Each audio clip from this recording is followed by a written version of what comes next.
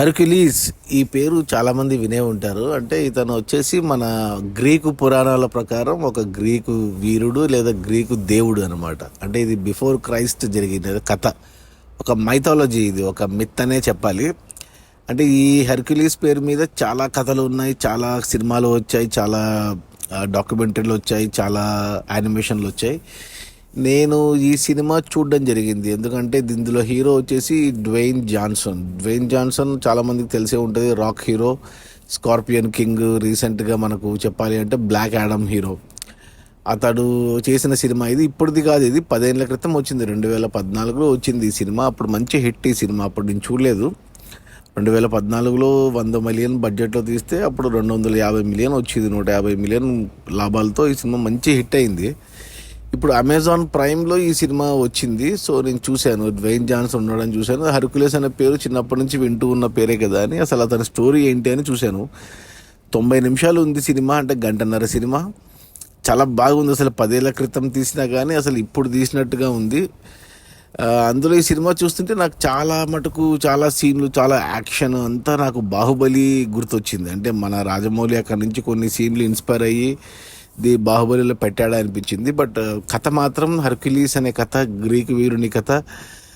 అంటే చాలా నీట్గా క్లియర్గా అర్థమవుతుంది మనకు. అంటే మనకు మన పురాణాలు, భారత పురాణాలు, ఇతిహాసాలు తెలుసు, కానీ గ్రీకు పురాణాలు, ఇతిహాసాలు మనకు తెలీదు. సో ఈ సినిమా చూస్తే క్లియర్గా అర్థమవుతుంది అసలు కథ ఏంటి, హీరో పర్పస్ ఏంటి, రాజు ఎవరు, విలన్ ఎవరు, అసలు ఎందుకు పోరాడుతున్నారు ఏంటి అనేది అసలు ఫుల్ యాక్షన్తో నింపేశారు. మైథాలజీ కాబట్టి చాలా మిత్స్ ఉన్నాయి దీంట్లో.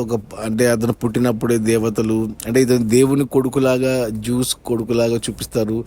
అతన్ని పుట్టినప్పుడే చంపడానికి అంటే సర్పాలు వచ్చి చంపడము, అతను ఎలా బతికి బయటపడ్డాడు, అవన్నీ చాలా బాగా తీశారు. అసలు నిజంగా చూస్తే అసలు క్లీన్గా ఉంది. ఏమంటే ప్రాబ్లం వచ్చేసి ఫ్యామిలీతో చూడలేము కొద్దిగా, అంటే ఫ్యామిలీతో కూడా చూడొచ్చులే కానీ కొంచెం న్యూడిటీ అనాలా మరి ఏమో, స్టార్టింగ్లో కొద్దిగా లేడీస్ కొద్దిగా బట్టలు లేకుండా ఉన్నట్టు కొన్ని సీన్లు ఉన్నాయి.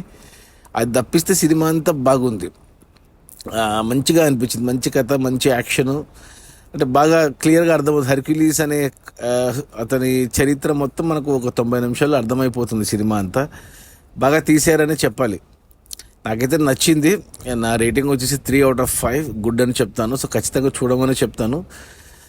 సో ఫ్యామిలీతో కూడా చూడొచ్చు. ఏటొచ్చి కొంచెం అదే స్టార్టింగ్లో కొద్దిగా న్యూడిటీ లాంటి సీన్లు ఉన్నాయి. అది అంటే ఫ్రాక్షన్ ఆఫ్ సెకండ్సే అవి కనపడినట్టు ఉంటాయి. అది ఓకే అనుకుంటే పిల్లలకు కూడా చూపించచ్చు, లేదంటే పెద్దవాళ్ళు మాత్రం చూడొచ్చు. ఖచ్చితంగా చూడమని చెప్తాను. డ్వేన్ జాన్సన్ది హెర్క్యులీస్ అనే ఈ పేరు చాలామంది వినే ఉంటారు. హెర్క్యులీస్ అనే పేరు, మనకు హెర్క్యులీస్ సైకిల్ కూడా ఉంది మన చిన్నప్పుడు గుర్తుంటే.